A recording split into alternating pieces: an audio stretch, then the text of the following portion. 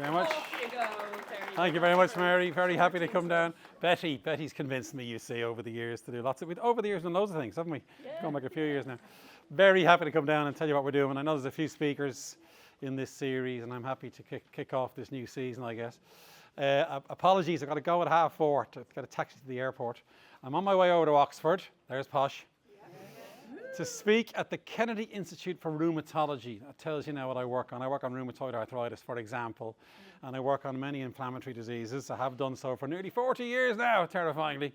I began my journey in 1985 in Trinity, did a degree in biochemistry, and I worked on Crohn's disease, which is a very important inflammatory disease.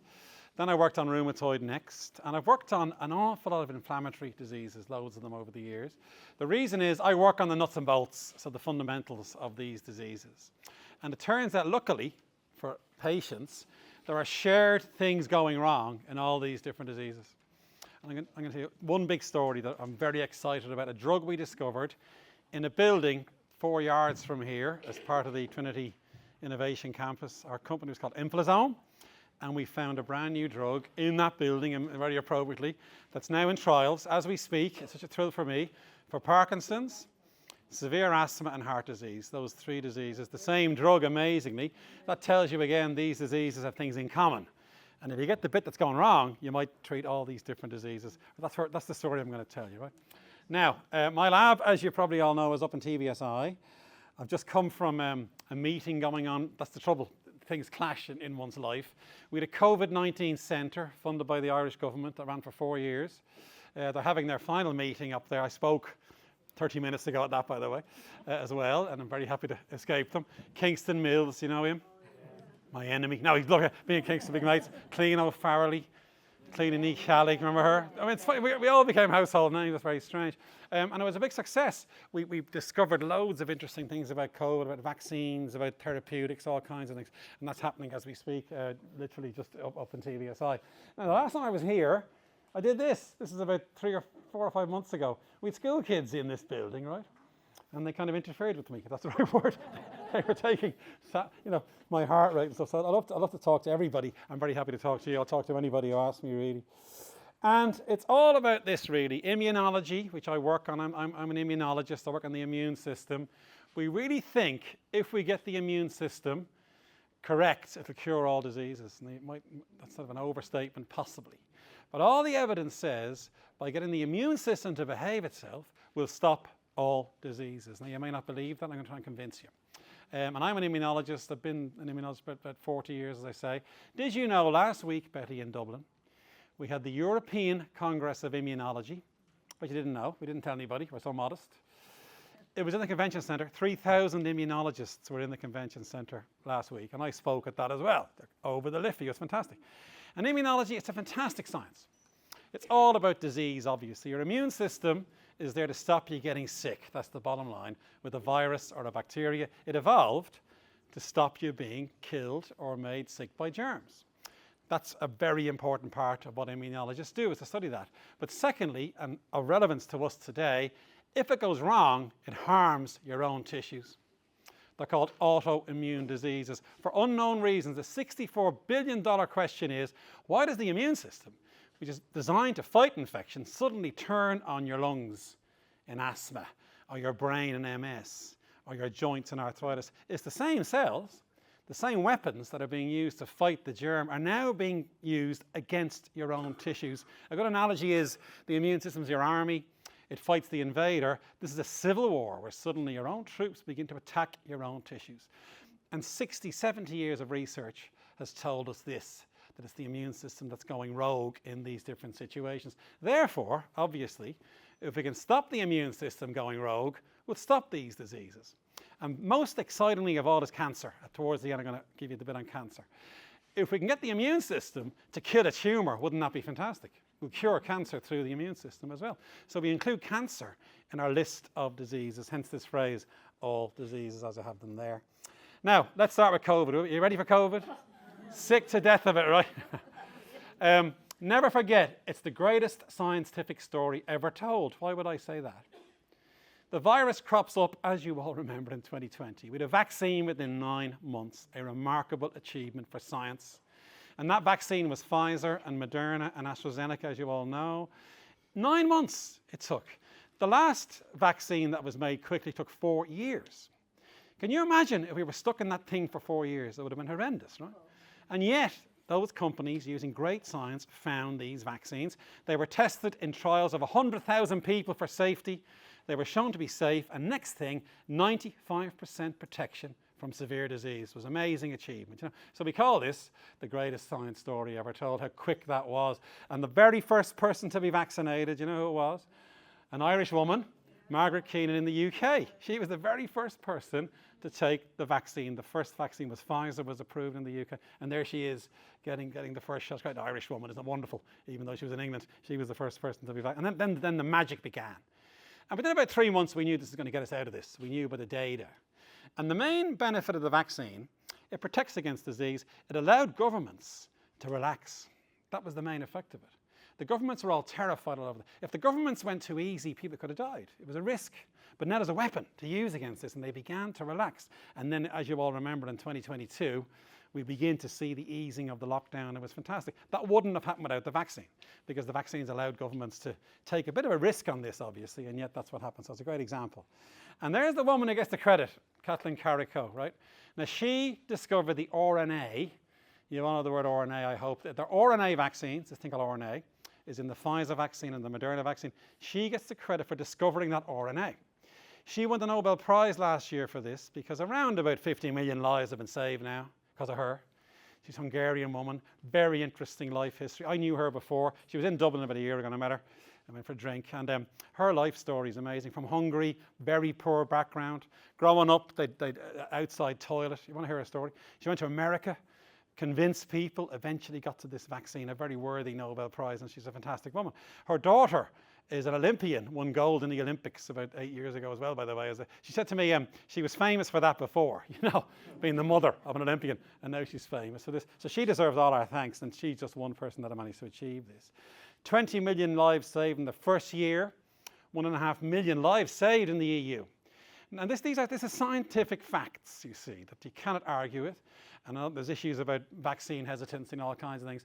Can you imagine if there's a war, and I tell the government, I can give you a weapon that will save 1.5 million of our people? They'd bite your hand off, wouldn't they?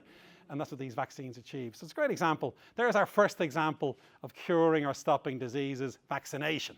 Because vaccines get the immune system going to fight the invader and stop you getting sick is the idea.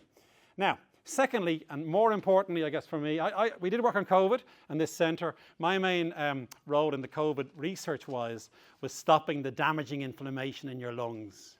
Because once the virus goes into your lungs, it really irritates the immune system. And again, it's friendly fire causing all the injury and the death eventually is your own immune system going hyper and attacking your lungs. I worked on blocking the inflammation in the lungs because my area is inflammatory diseases, and that's what I've worked on since Crohn's disease. Now remember, these are extremely common. I would guess half of you, maybe, have an inflammatory disease, and you certainly know people with these. It's arthritis in your joints. It's ulcerative colitis and Crohn's disease in your guts. It's MS, Parkinson's, Alzheimer's in your brain. It's psoriasis in your skin. It's lupus, nearly every organ in lupus. They're very, very common diseases. We have some ways to treat them and slow them down, some anti-inflammatories as we call them. We need cures. We need better treatments. And even though these drugs work a bit, anybody with rheumatoid arthritis that might be here, you're probably on a drug called Enbrel or maybe a drug called Humira. Those drugs take out a piece of the immune system and then it's beneficial. And they do slow it down a bit. You do get some good responses, but we need better treatments. And we really need them for Alzheimer's and Parkinson's and motor neuron disease. Those three, we've nothing for them almost. It's really challenging, you see. So again, it's a huge area, lots of research going on. Every drug company is heavily involved in this because, of course, they want to make the drugs to give to the patients. My lab, there's about 14 labs. When you go by TVSI now, up on your way up to Pearse Street, there's at least 14 labs in there spending 24/7 kind of working on these diseases to try and understand them and develop new ways to treat them. And all over the world, like 3,000 of them came to Dublin last week, for instance. So it's a huge effort to try and crack these really important diseases. Now, science is great. The only way to beat them is through science. I hope you all agree, right? Because science is a process. It's very rigorous. It's very sort of traumatic and disappointing at times. In my lab, 80% of the time we're failing. Can you believe it? Because experiments fail, our idea is wrong. But we use science to figure this stuff out, basically. And I had a book out during the pandemic. So never mind the bollocks, here's the science. Anybody buy it? Got on. Now, in that book, I champion science, you see. And I quote this woman, Marie Curie. Did you ever hear of her? She's very famous. And she had a great quote. She said, look at this. Nothing in life is to be feared. It's only to be understood. Now is the time to understand more so that we may fear less. That's exactly what happened in COVID. And I was in the media going, science will get us out of this. There's no need to be frightened because we're going to use science to beat it, you know. And science helps us in so many different ways to abandon fear. If you're diagnosed with cancer, you're going to be scared, right? If you're diagnosed with Alzheimer's, you're going to be scared. Remember, science is trying to banish that fear by understanding the disease and then designing ways of treating it is the overall idea. Now, she was an amazing woman. She won 2 Nobel Prizes. And then her daughter won a Nobel Prize. What a painful family they must have been. But it's wonderful, her daughter won a Nobel Prize as well. So she's a bit hero for all of us, for obvious reasons, as a great scientist. She discovered radioactivity. She discovered radioactivity, actually. She was the first person to say use radium to treat cancer. So even though she was a physicist, she knew immediately radioactivity could be useful. And again, a great example, I guess, of medical advances through scientific research. Now, back to my diseases, all of these inflammatory diseases. Here's the story I'm going to tell you about a brand new anti-inflammatory drug discovered in Trinity in my lab, right? And as I say, it's in the clinic now for 3 different diseases. Now, how do we get onto this? 35 years of frickin' effort is the first answer in my lab. I've been working on these a long time, you know? Now, one word I want you to remember is NLRP3. Doesn't that sound horrible? That is a piece of your immune system that our drug blocks. So if we have a drug to block NLRP3, it's like a huge on switch, if you like, that kicks off the immune system, and now that can now begin to cause disease. And we found a drug, a small orally active tablet you can take to stop NLRP3. And I was the chief scientific officer of our company, Inflazome. It was discovered, it begins in my lab actually in 2014, all those years ago. And we found a company called Inflazome. You got to found companies to exploit these things because you need commercial people to raise money. You need lawyers. It's complicated. And we get Inflazome going in 2016 and off we go. And of course, the reason is because NLRP3 seems to be a master switch for inflammation. As I've explained, it lies at the root of most diseases. Now, inflammation, if you sprain your ankle, it gets inflamed, right?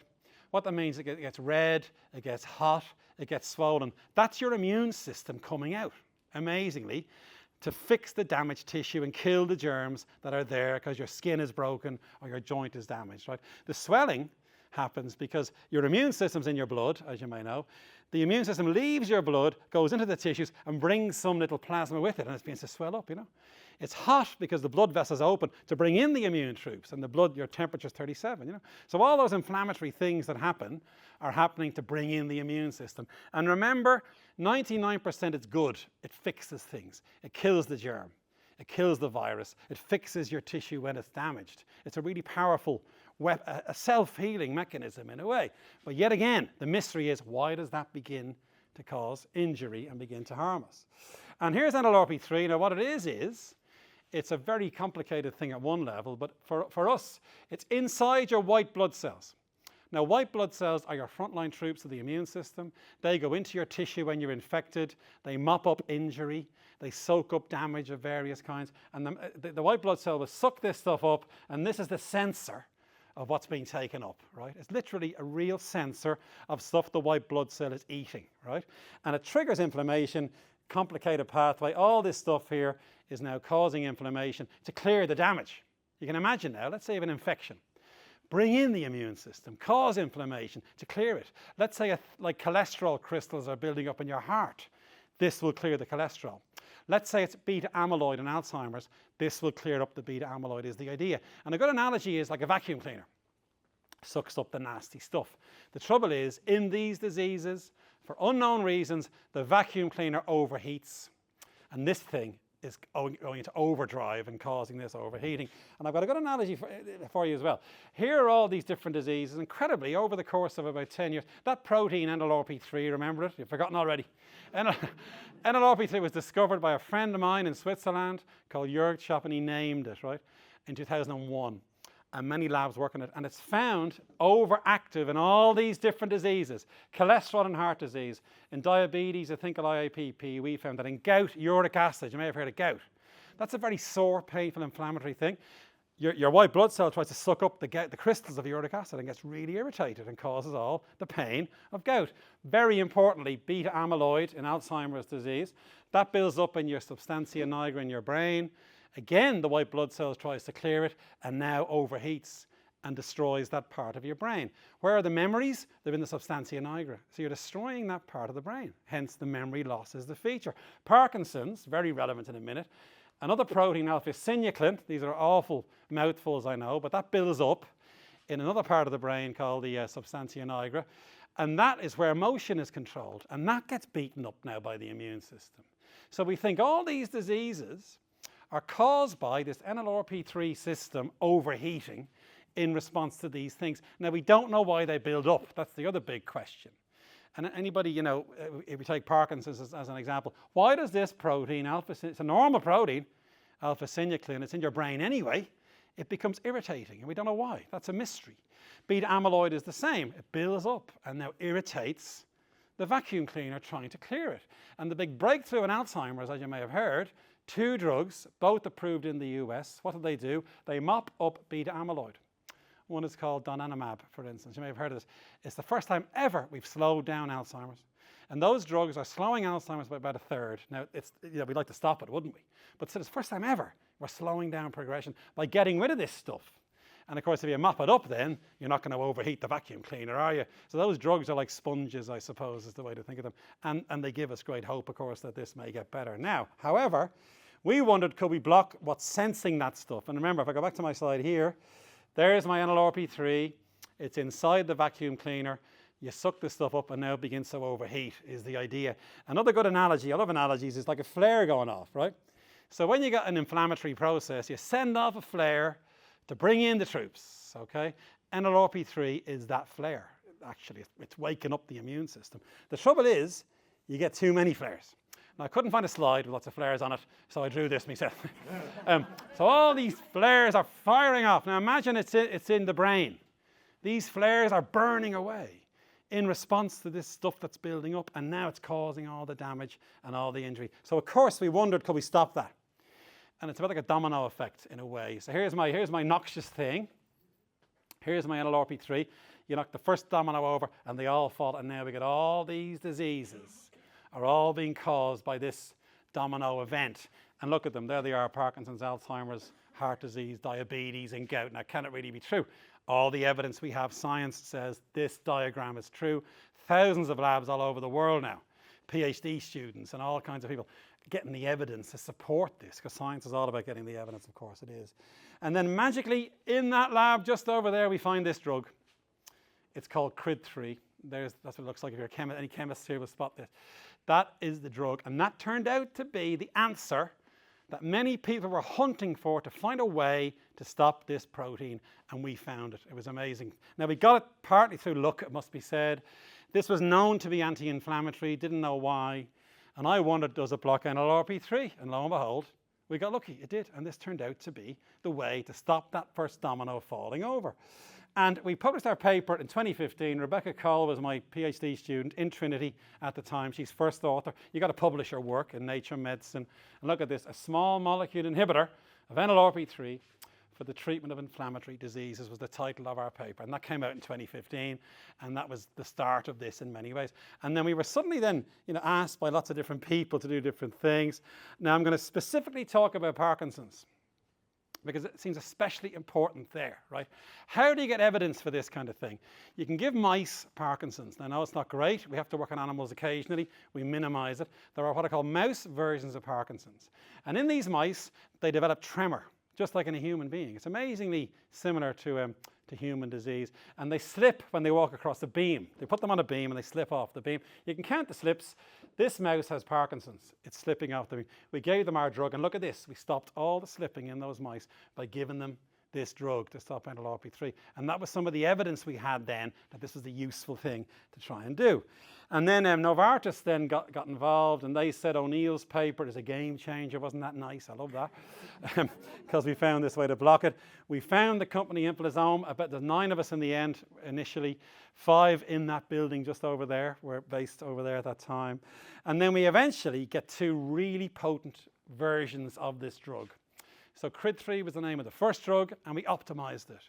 And we got 2 that were really fantastic. We gave them to humans to check for safety, and they were fully safe, which was great. You have to do a lot of toxicity testing and liver tests and all kinds of things. Safe, which was a great moment. You can fall at many fences in this business, right? We jumped many fences, and then we realized we need lots of money to develop these. Now, we had spent, get this, to give you an idea, to get to those 2 molecules cost €40 million. Isn't that amazing? 40 million just to do all the work. To get to the clinic, right, would cost 50, 100 million. And therefore, we had to talk to the big drug companies because they are loaded, right? These big drug companies have very deep pockets. And lo and behold, Roche buy us, right? So Roche, that drug company, bought us. There we are on the day we got bought. Now, we're holding up a brain here from a Parkinson's patient, actually, with the histology. And they bought us for a lot of money, right? And you might think, why am I here? I should be in the Bahamas, right? So the investors who'd given us the 40 million took out 90%. That's the way it works in this business. You get the money back, right? But very nicely, one of our investors was Irish, an Irish venture capital fund called Fountain. They'd taken money from the Irish government. The Irish government invests like a gambler, I suppose you might think. The Irish taxpayer got 90 million out of that. Isn't that great? Through this money they'd given to Fountain. Trinity got 9 million. Isn't that nice as well? Now, I made a bit of money. All the employees had stock options, and we all made a bit of money, which is nice. But the main reason it's fantastic is we're now at Roche, the biggest drug company in the world. They've got billions in the bank, remember. And it was great to partner with them. And then they gave me this there's a Roche, the symbol. They gave me a special little gift, actually. They gave me a little crystal thing with our drug in the crystal. Wasn't that nice of them? They made so much money, it's the least they could do. Now, where are we now? I'm going to fast forward for you now. So Roche took it in. They began working on it. They report to us regularly. And now, as we speak, we are at 3 diseases. Parkinson's, heart disease, and asthma, as we speak. There's 170 patients with Parkinson's on our drug. Now, these will read out in the next 3 to 6 months. So we're waiting, as ever, for the results from these trials. And then there are now, because of our paper in 2015, other people saw the paper, they began making molecules. There's 27 molecules now, and 9 of them in the clinic, all based on the original CRID3. Now, we patented our own molecules, but you can't stop the competition. So surely one of these is going to work. Novartis have one. And then get this. I didn't have time to make a slide for you, but here's the diseases, by the way, that we're interested in. COPD is there. There's heart disease. There's asthma. And there's Parkinson's. And there are the trials. You can follow this. It's in the public domain. You can search for this, and you'll find details on the trials. Now, 2 exciting things then happened. The other companies that were making molecules like ours, lookalikes, if you will, Pepsi versus Coke is not a bad analogy, very similar, but they're slightly different. Nodthera have reported their trial data on Parkinson's, and they were able to reduce inflammatory biomarkers in patients. There's the first hint it might work. Now, it was a 6-month trial. They couldn't measure symptoms, but they can suppress brain inflammation in the patients. And then at 2 o'clock this morning, get this. I'm so happy to be telling you this. I haven't told people so far. I told people in Trinity. I was watching that debate. Did you watch it live? No, you didn't. 2 o'clock this morning. I woke up at 7:30, by the way. I saw a text from one of my Inflazome guys. Another company, right? Another company called Zydus. They have tried their molecule, which again looks like ours, in motor neuron disease, because that's another one that's similar, right?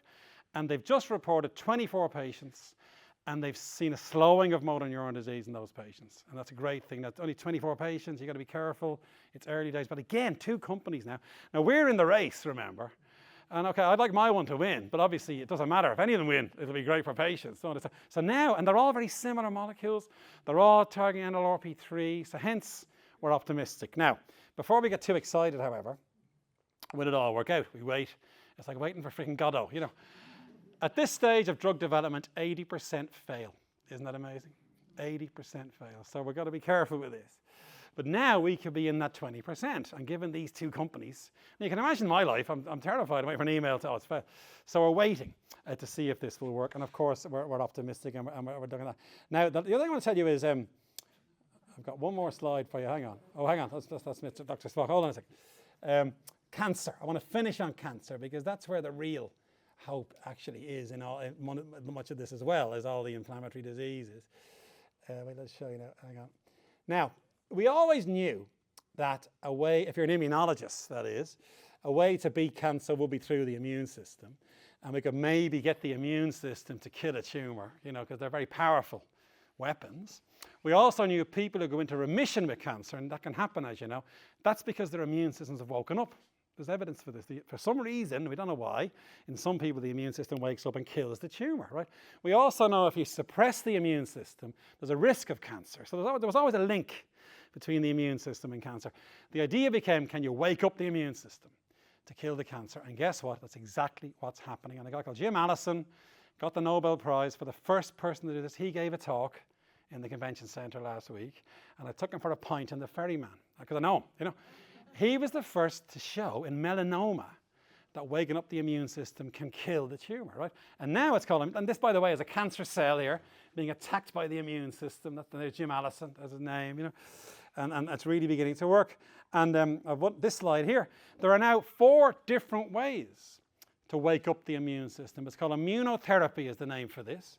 And there's 4 different ways to do it, including vaccines. We're getting closer now to a vaccine. Can you imagine a vaccine for cancer?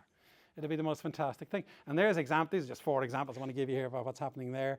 And then in terms of the response rate, it's still not fully there. We're getting 20% response in breast cancer, ovarian, lung, melanoma. Now 20% means 1 in 5 are surviving. They're being cured, right? Who weren't before. The goal now is get it up to 40, 50, 60%. And they're combining drugs, they're using vaccines. I think it's the way to think of it is like Alzheimer's in a way. We've got our fingertips on the cliff face now. We're actually holding on, Can we climb up to the top of the cliff and stop all of cancer? Or stop Alzheimer's completely? So again, we're on that trajectory now because we're beginning to make progress. And we all believe cancer will be cured eventually through these methods, through the immune system. Every drug company is investing massively in this because there's signs of success.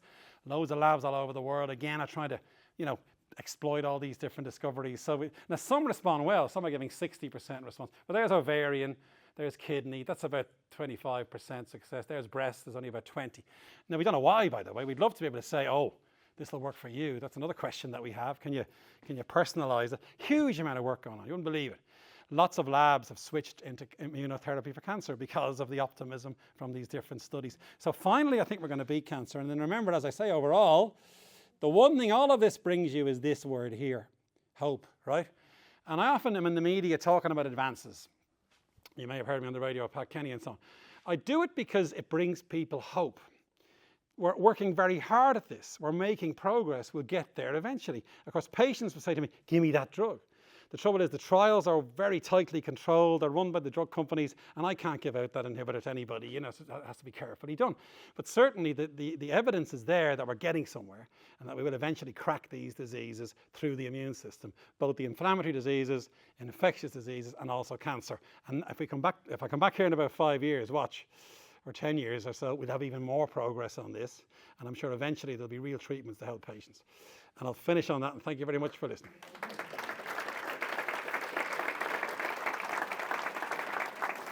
I forgot to say though, one last thing, right? That was sent to me by a woman in her 90s during the pandemic. In a letter. She said, thanks very much, you've given us hope. That would have been 2020. Isn't that nice? So I always show that as a slide. Time for anybody burning question. Who's the most burning? Yeah, happy to answer any. Yeah, go ahead. Obviously everybody We'll here just get it on mic. 50. Yeah. But have any general or brief remarks to make about immunosenescence? Yes, indeed. Well, you see, all these diseases are diseases of aging, actually, as we all know. You're a higher risk of cancer. The biggest risk factor of cancer is age, by the way. Not smoking is bad, of course. But age is a big risk factor. So is arthritis, Alzheimer's. There's something changing in the immune system as we get older that makes it go rogue. It's almost becoming like, rebellious in a way, and as you get old, that increases. And immunosenescence is part of this. The immune system is changed. It's making stuff you don't want, and that's called inflammaging. Actually, it's inflammation as you get older. And all this research into aging that's happening, by the way, it's not to live forever. I don't know who'd like to live forever anyway, but you want to live to a healthy old age. It's not lifespan; it's health span. Like the prospect is here now that we'd all live to be 100 and not get these diseases. Wouldn't that be tremendous, you know? And aging is a very much a part of this, absolutely, and it's a very important part of it. One last question. Anybody who has got hold on, we might just get. Yes, oh, absolutely. I should have given you that thing. Yeah, I mean, during the pandemic, I kept saying this to people. Exercise, yeah. Can you keep your immune system straight? Let's put that in order or whatever. Exercise is really beneficial to the immune system. Good diet, it's all the obvious things. Sleep is extremely important. Did you know one bad night's sleep, the next day you've got a third less active immune system? And let's say on that day, someone coughs all over you, you catch COVID. People often ask me, I didn't get COVID and my wife did, or those kinds of things are part of it. So good diet, stress is a massive negative, of course.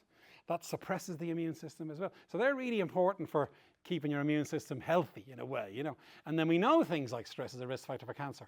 So the immune system isn't operating properly in that situation. So you can do things to help your own. It's the things we all hate to do, isn't it? Like the worst thing in the world is my bad habits, which is 4 pints on a Friday night. You need a bit of that as well, though. You need to relax, remember, because stress, of those 4, stress is the most damaging, actually. If you de-stress by being in a choir or going for a pint or a cup of coffee with your friend or whatever it is, that's really important. That all helps. Next time, will you stay for the air? Oh, but of course, Betty. I gave you the abridged version there, but okay. Thanks very much. Thank you very much. Thank you. That was fun. I know you're in a run, so we'll let you run to the. I'll give the same talk but slower. And just on that, thank you very much to Lorraine. Thanks to Lorraine. Round of applause for it.